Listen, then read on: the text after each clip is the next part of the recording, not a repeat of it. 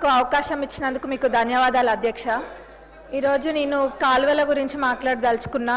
గత ప్రభుత్వము 10 సంవత్సరాలలో కూడా ఎక్కడ కూడా కాలువలలో పూడికలు అనేది తీపియలేదు.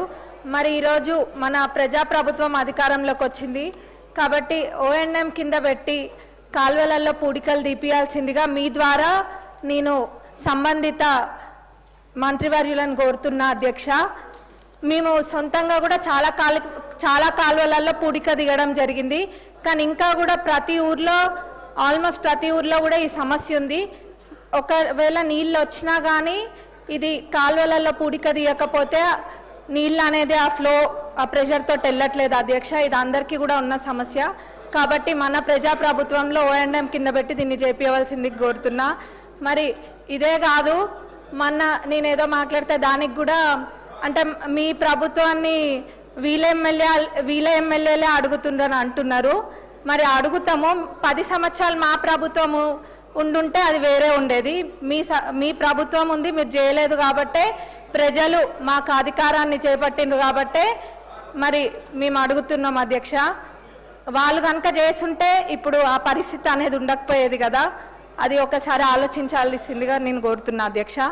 ఇదే కాదు, ఇళ్ళ మీదంగా పోయే 11 kV లైన్స్ కూడా షిఫ్ట్ చేయాల్సిందిగా కోరుకుంటున్నాం. దానికి కూడా నిధులు ఇవ్వాల్సిందిగా అధ్యక్ష. మరి అట్లనే మా పాలకుర్తి నియోజకవర్గంలో ఇటువైపు బ్లాక్ అంటే పాలకుర్తి, కొడకండ్ల మరి దేవరుప్పల మండలికి సంబంధించి ఇందులో ఏదో ఒక మండలంలో డిగ్రీ కాలేజ్ ఇవ్వాల్సిందిగా కోరుకుంటున్నాం.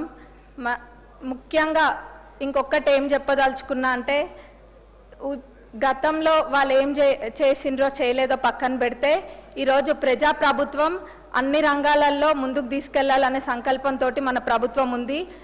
ముఖ్యంగా విద్యా రంగంలో ఎడ్యుకేషన్ సైడ్ కూడా అన్ని ప్రణాళికలు సృష్టించి దానికి తగ్గట్టుగా చేయడం అవుతుంది. ప్రతి చిన్నది కూడా కన్సిడర్ చేసి ఎక్కడ కూడా వదిలిపెట్టకుండా చేస్తున్నాం. ఇన్ని చేసి 40% మెస్ ఛార్జెస్ పెంచి 200% కాస్మెటిక్ ఛార్జెస్ పెంచి ఇవన్నీ చిన్నవి కూడా కన్సిడర్ చేసి చేస్తుంటే ఇంకా కూడా ఎక్కడో లోటు జరిగిందన్న విధంగా చెడు ప్రచారాలు చేయడానికి తప్ప వాళ్ళు దేనికి కూడా ఓర్చుకోలేకపోతుండ్రు. అంటే మంచి జరిగితే చూసి సంతోషించడం కాదు, కళ్ళు కుడుతున్నాయి వాళ్ళకి, అరే మేము చేయలేంది వీళ్ళు చేస్తుండ్రు అని చెప్పి ఓర్చుకోలేకపోతుండ్రు.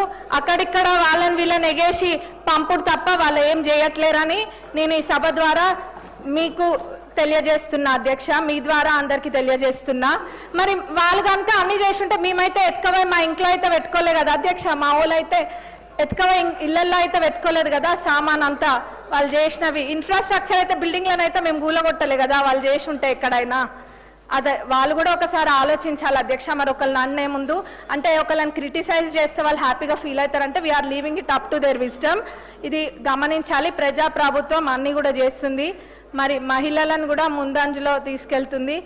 నేను ఒక ఊరికి వెళ్తే అక్కడ ఏదో ఇట్లనే పిల్లలది ఉంటే మహిళలు కూడా వచ్చిండ్రు.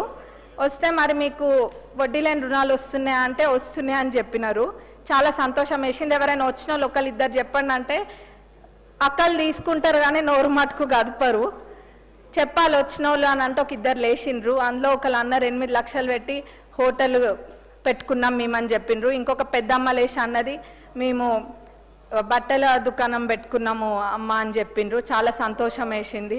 మరి ఇట్లా ఎంతో మందికి మన ప్రజాప్రభుత్వం అధికారంలోకి వచ్చినాక ఇట్లాంటివన్నీ కూడా వాళ్ళు చిన్న చిరు వ్యాపారాలన్నీ కూడా చేసుకుంటున్నారు. మన ప్రభుత్వానికి మరొకసారి ధన్యవాదాలు తెలుపుతూ ముగిస్తున్నా అధ్యక్ష. కెనాలలో సిల్ట్ మట్టుకు తీపియాలి.